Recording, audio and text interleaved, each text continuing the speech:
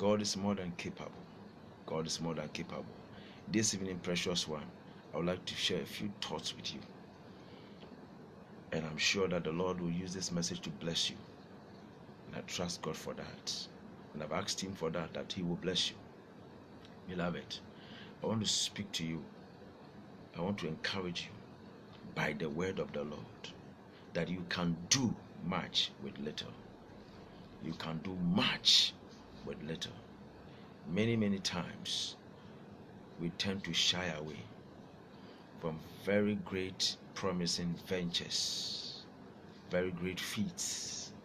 We tend to shy away from some great accomplishments in life because we think that what we have cannot commensurate the outcome.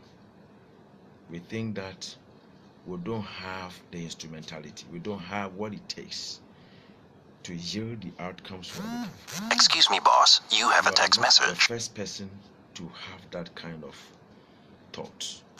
Excuse me, boss. You have a text message. This way. Excuse me, boss. You are not the first person to go through what you are going through. Many have gone through similar ordeals and challenges. Many have gone through.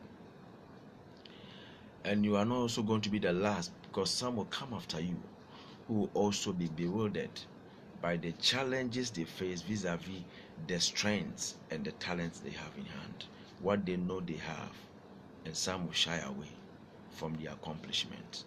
And I'm here tonight to encourage you not to shy away from those feats, not to shy away from what you want to tackle. If you dream it, a great father of mine had once said, he said that if you can dream it, then you can achieve it. Never let anybody tell you that you cannot achieve it. If you can dream it, then you can achieve it. Those people who were having a bad plan, in Genesis 11, they wanted to build a tower that reaches to the heavens. And they, even though they were one, that plan was not in the plan of God. Because as far as God was concerned, He wanted man to scatter and spread on the surface of the earth. But they said, let us come together and build this tower so that we will not go far away, we will stay here. So it was contrary to the plan of God. And so God confounded their language. And somebody will say, Vumi compreni. Another person will say, where are you going? Then another will say, Esenya. Then another person will say, Mama Kanente. And different languages, Tashi, and so on and so forth. And those who understood people who were speaking their own language, they grouped and they went their way. And so the language of people were confounded because the motive before God was wrong. Beloved, this evening, whatever you want to accomplish, you can accomplish it once you change your mind. You must be prepared to change your mind. A father once said that you cannot solve a problem by the same mindset that took you into the problem. When you face a challenge and you don't change your mind about the challenge and know that you have a big God, a God who is not the author of confusion, a big God who created all things and who can change all things, who does not change, whose word does not change. But once that word comes into circumstances, those circumstances are bound to change. If you know that and understand that and you settle it in your heart and your mind, you'll be going somewhere to happen.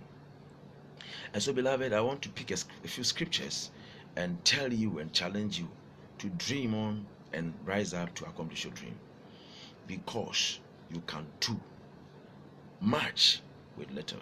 In Judges chapter 6, we see a man called Gideon. And God called Gideon at a time when the Israelites were going through challenges. When they came from Egypt to the promised land, what happened was that Joshua's generation, all those people left the scene, and people did what was right in their own eyes. And while they were doing that, they were stepping on the toes of God. They offended the Lord. And each time they offended the Lord through idolatry and acts that He didn't like, He would allow other nations to come against them, worry them, make them pay tribute, and subjugate them. And so many things were happening to them. And they will cry on the Lord, and the Lord will send a deliverer or a savior, and the Savior will come and deliver them from under the troubles they were suffering at the hands of those foreigners.